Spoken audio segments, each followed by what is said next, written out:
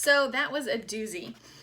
If you have read chapter 2 yet, then I don't know, maybe it's just me, but I read these chapters and I'm like, what? And I like, it's really insane the amount of underlines and notes and questions I have, because Elizabeth Elliot writes in a way that she's, one, apparently genius because of the way that she chooses to articulate certain messages about God, but two, I want to dive in a bit deeper because this is not surface level teaching. Like, this is not tabling. This is not like elementary school. I'll just say that. You are not in elementary school right now as we're going through this book together. But I want to start by saying the term discipline in this Bible study will be used different than what we know of it in the typical sense. When I think of discipline, I think my actions, my discipline to work hard, my discipline to wake up early, my discipline to do the things that I know I'm supposed to do. And it's like military style, like I'm going to be disciplined to show up for my PT. I'm going to be disciplined to hit that deadline. I'm going to be disciplined to eat right, or I'm going to be disciplined to overcome temptations that I have. I'm going to be disciplined to behave the right way. But the way that she describes the word discipline is truly interchangeable with what obedience is when we're talking about God. So if we are able to interchange discipline and obedience in terms of obeying God, let's dig a little bit deeper, because as I was reading through this chapter today again, I thought I have got to elaborate on this because it was a question that I had, and you might have read this and it might have clicked immediately, or you might still be wandering around thinking, I have no idea what she just said, and I have no idea what I'm supposed to be learning from this Bible study. Let me see if I can break it down a little bit, because I had to struggle with it as well. This chapter is not necessarily about answering the question, well, what is God's call?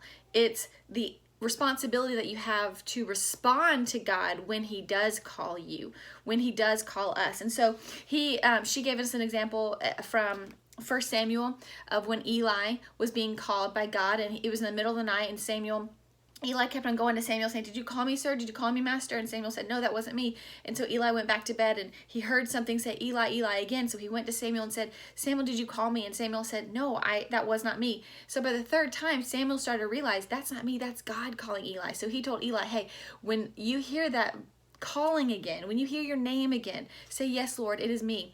So Eli was being called by God, okay? Not necessarily called to, when I think about called, if you grew up in church, sometimes we use those words like you're called to be a missionary, you're called to work in ministry, you're called to be a teacher, you're called to be a mom. And typically we connect those two through you're called to a certain occupation or a certain vocation.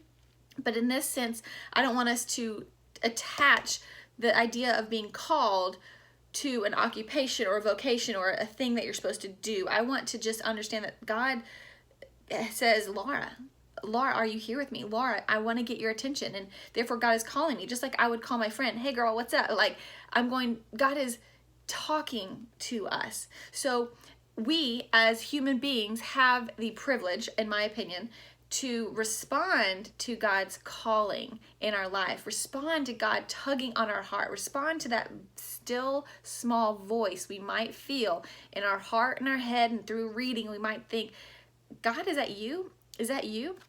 And so the discipline that we need is to obey when God calls us. How should we respond when God calls us? The answer should always be yes. Okay, so she goes through many characters of the Bible in pages 14 and 15, talks about when Adam and Eve, when God called them, but he wanted them to respond. He made them responsible people, even though he knew that they had already eaten the fruit from the garden of the tree, good and evil, that God knew what had happened, but he said, Adam, who told you that? Have you eaten this? What have you done? He knew the answer to all of those questions, but he needed Adam to respond because he made us creatures of responsibility. Just like you and I. He knows what's going on in our life. He knows what we need to pray for. He knows the end game of what's going to happen in your life, in the situation, in your job, in your money, in your family.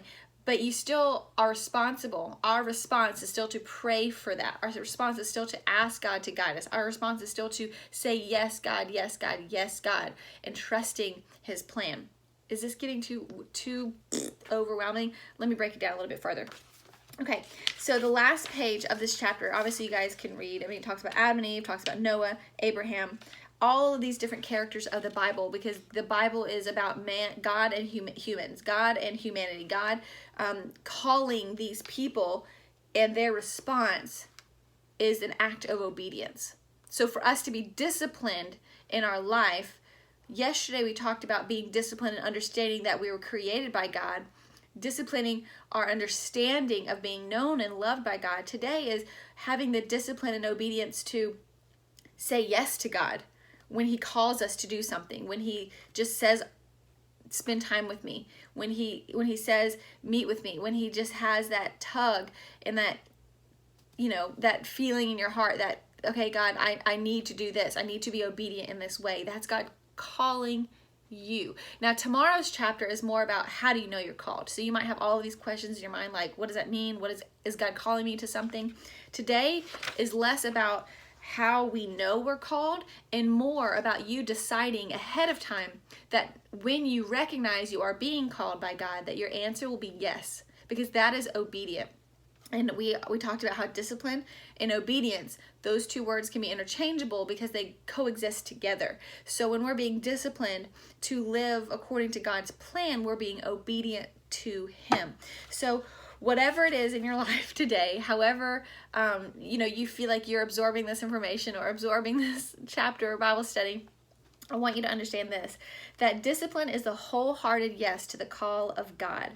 And that whatever he says, we need to say yes.